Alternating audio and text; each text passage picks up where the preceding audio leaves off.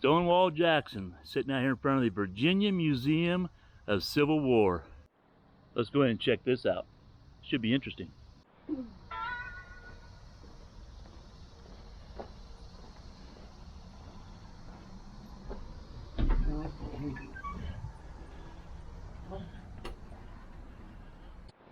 All right, we got our tickets and some information. It's going to be a great tour through here. But instead of doing the inside first, because today is, even East Coast people said it's going to be extremely humid today. So Diane had the great idea, which I appreciate. We're going to go tour the battlefields and the fort, right? The house, all kinds of things. We're going to do the outside, then we're going to do the inside. So tag along with us. Again, this will be fun.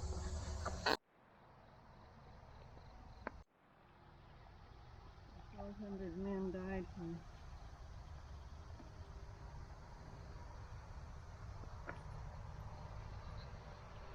All right, we're here at marker number 2. What's number 2? 3 Union infantry regiments and 17 pieces of artillery established a new battle line on Bushong Hill. 600 yards to your front. Okay. 600 yards to the right?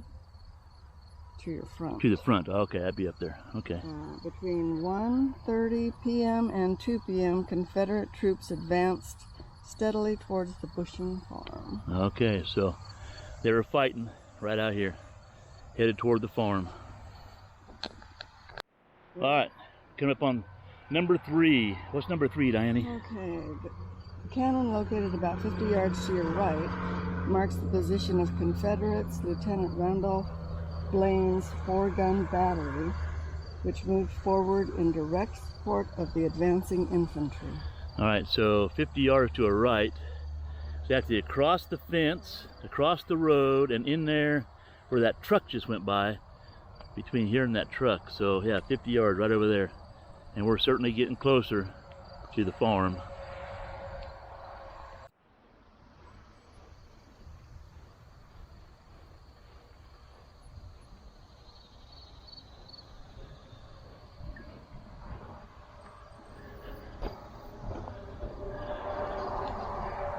We are number 4.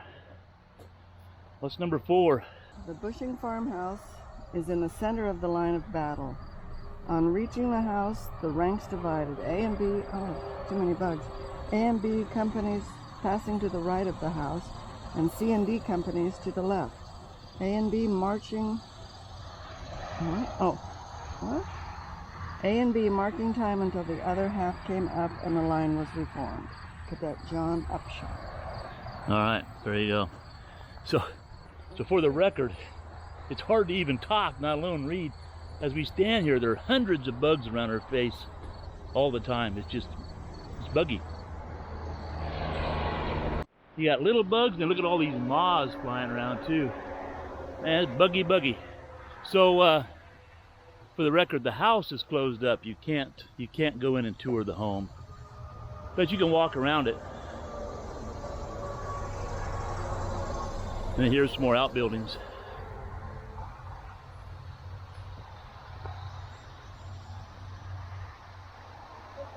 All right, so let me try and get you a lay of the land.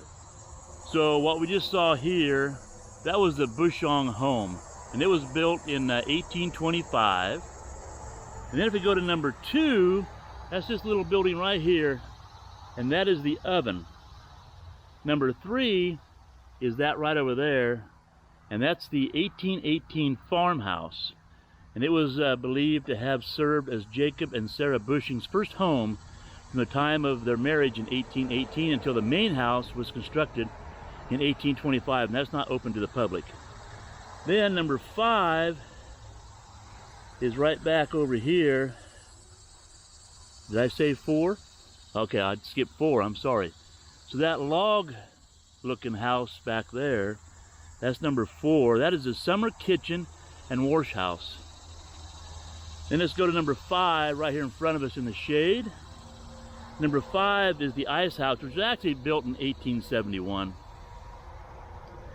Number 6 is right over there in the corner, and that's the hen house. Number 7 is right over here. Number 7 is the meat and loom house. So salt cured and smoked meat was stored in that that building right there. Number 8, which we're going to walk up by, that's that building out there past the fence. That's the blacksmith shop. And number 9, which is in the front of the house, we're going to show that in a minute, but that's the wheelwright shop. And number 10, which is way back over there on the other side of the fence, just coming into view, which we will go up there and walk around, way back there in the distance, that's the bank barn. So Jacob Bushong could drive his wagon up the banked entrance into the 2nd floor. We're going to check that out too. So there, as we walk around, you get an idea what all that is. I need my pen. Yeah, Diane's taking the information, so I can't keep reading it because she's using that to beat all the bugs away from us. All right, so this one here is the 1818 farmhouse. This is the original home for them till the main house was built. You know what? After being an RVer for 10 years, we could comfortably live in that thing. All right, and this is the summer kitchen and wash house. So check it out. Diane disappeared off this way, so I'm guessing you can get in here. Low bridge. Bonk your head on that. Look at that old wheelbarrow. Yeah, I wonder what's in that old trunk up there. I bet you nothing, but I'd like to have that trunk. Look, it's opened up. Yeah. Oh yeah, look at that fireplace. This must be the pie shelf. Is that the pie shelf? Oh, it's got the tin for aeration. Oh yeah, check that out. The tins Diane noticed. Can you see them? Yeah. I wish there was some pies in there right now. We had breakfast. Time for some pie. Boy, think of what all has baked and cooked and boiled in that thing. Stews. And there's our window. Yeah, pretty cool building. All right, so there's a stairway. I don't think that's a very steep, very friendly stairway, but let's go peek up here a little bit. See what we see. Oh, yeah. There you go, that's the 2nd floor. Yeah. All right, so now here's the only structure that was not here during the battle. So this is the ice house. That gives you an idea what they went through back in the day for ice. But this was built in 1871. And it's opened up. Let's see what's in here. Hopefully it's nice and cool. Well, there you go.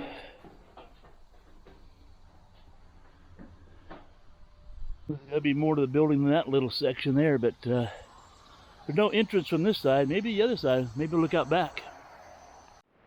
All right, here's the hen house. So eggs were pretty important back in the day. Well, they still are today. So all the chickens were allowed to roam all over during the day, and they were gathered up and put in the hen house at nighttime. Again, not unlike what goes on today. Keep them safe. There's the hen house. There you go. They can get up there and roost. There's their walkway. There's a roost. Yeah. Now they can get up in here and lay their eggs. There you go. All right, here's the meat and loom house. It's where they stored their smoked meats and whatnot. Let's see if we can get in here. Yeah, it's open. There we go. Got some stuff up there hanging right now. What's back in this room? This one's padlocked, but yeah, look at that. They got some rakes and spinning wheel back there, some cotton. Oh, there's a loom. They got their old looms in there. That's pretty cool. Check it out, Diane. Diane wants to peek in the windows. I want to go in the door. Oh, it's cool in here, man. There you go. This is the east parlor.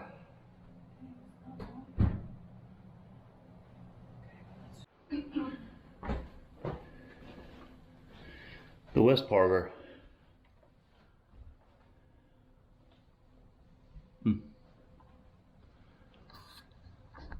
Imagine back. So the events of Sunday, May 15th, 1864 changed the lives of the Bushong family forever.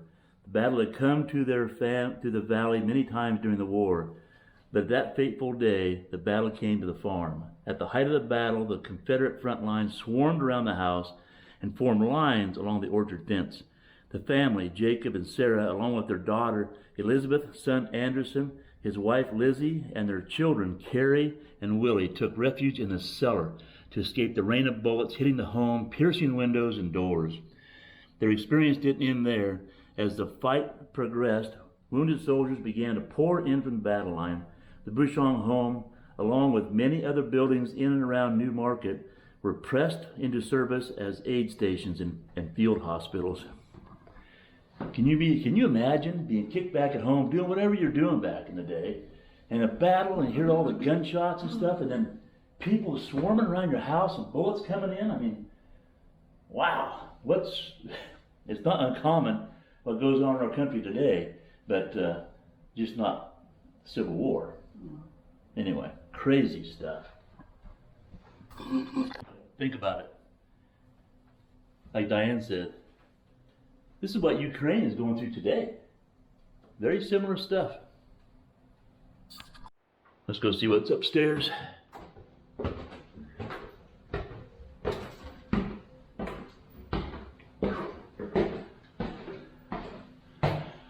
Staff only there. There's a bedroom. Go down here. There's another bedroom. Look at that wash basin and that straw hat. I'd like to have that rocking chair. Both those rocking chairs. There's a spinning wheel. And restricted area. We can't go up there. And that's private, so there you go.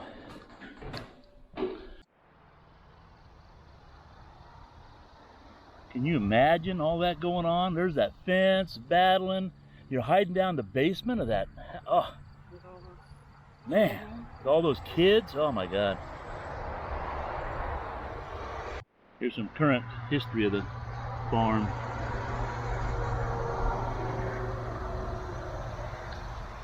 And here's the blacksmith shop. Everybody back then had to have a blacksmith shop.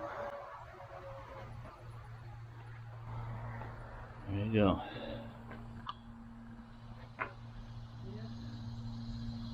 Yeah. That anvil. Huh? That's a nice anvil. A lot of hard work went on in this place. We were in the backyard of the house. We mentioned a building up front. It's called the Wheelwright Building? Oh, Wheelwright Shop. So they made wagon wheels and buggies and furniture, anything carpentry related. Yeah, here we go. Let's see what's in here.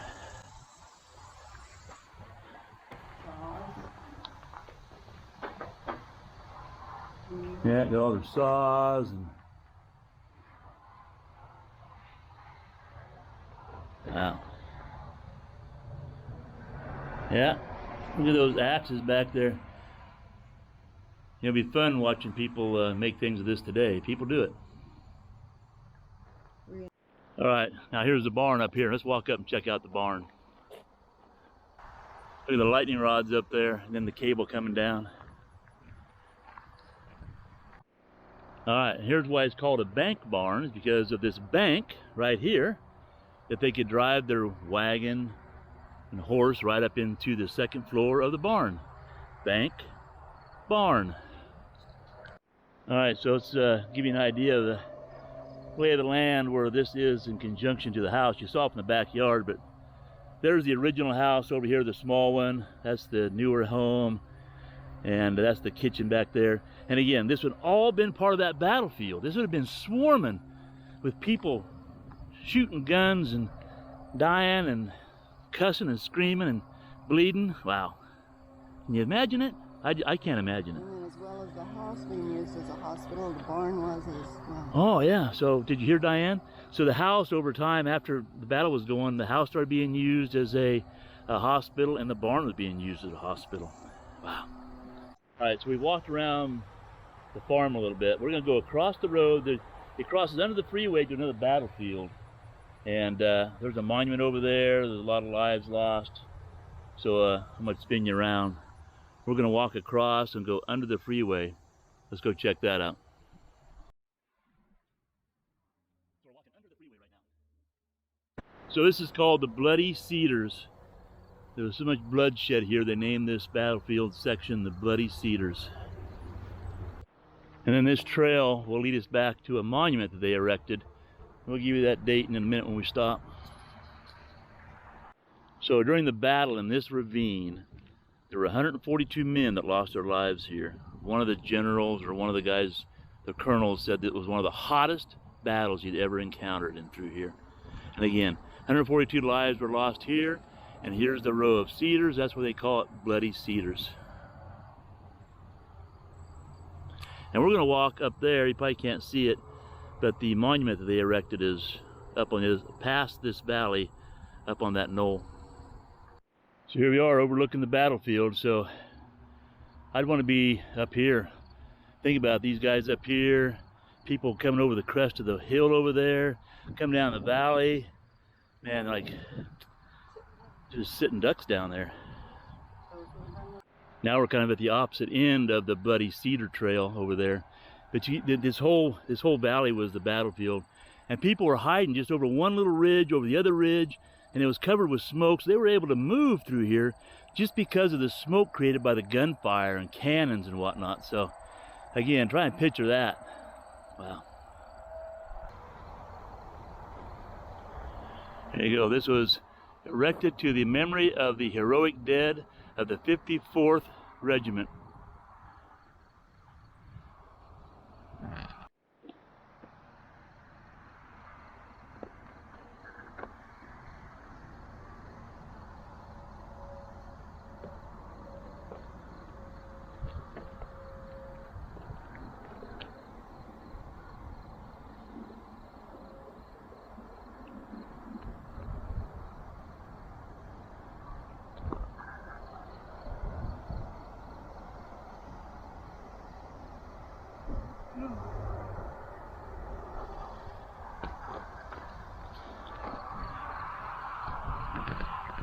So think back, it was wheat. They had 3 days of hard rain. There were thousands of troops going over this, just scampering over this. Thousands of troops in 3 days of hard rain in a wheat field. So it just turned to a muddy bog. So the soldiers would be running across this, and they would sink so far into the mud, and they'd pull their feet out, their shoes and socks would be stuck in the mud. So this ended up being dubbed the field. The Battle of Lost Shoes. Yeah, the Battle of Lost Shoes. Can you imagine running out through there, losing your shoes, people shooting at you, and you have to run around barefoot on top of it? Man, I imagine if people were shooting at you and you're out in that stuff, you probably weren't really thinking about being barefoot by then. You're going, man, just get me out of here. Just get me out of here alive.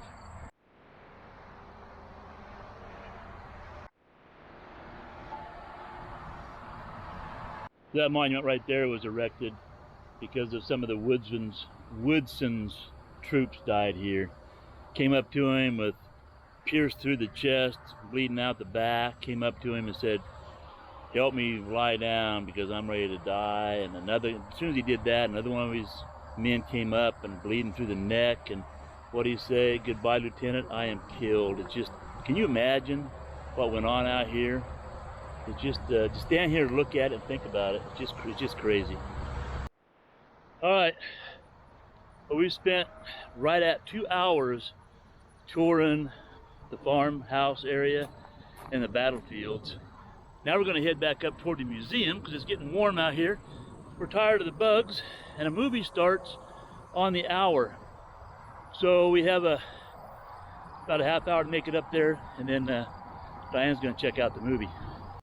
All right, so before I go any further, I'm just going to say right now that I do realize I did a horrible job of shooting video inside the museum.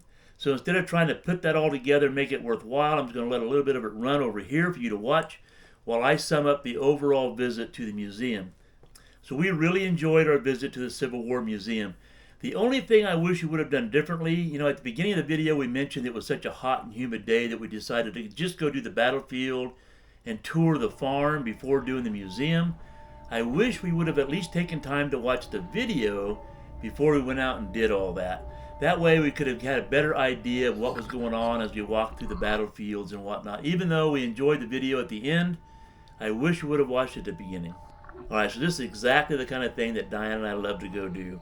We love finding places like this. We love reading all the information, walking the grounds, trying to visualize what went on back in the day, what the people were experiencing, even though it really is impossible. But it gets the mind working and thinking about things like that. We really enjoy it. If you enjoy things like this, we'd highly recommend visiting the Civil War Museum if you find yourself in the area. If you have visited the Civil War Museum, maybe leave a comment down below. Let us know what you thought about it. Or if there are other places around the country that we may be interested in, or maybe that others that read these comments may be interested in, it helps everyone. While you're at it, if you enjoyed this video, consider hitting the thumbs up button, maybe hit that subscribe button, and definitely leave a comment down below. We love hearing from you. As always, have a great day, and we'll see you in the next video.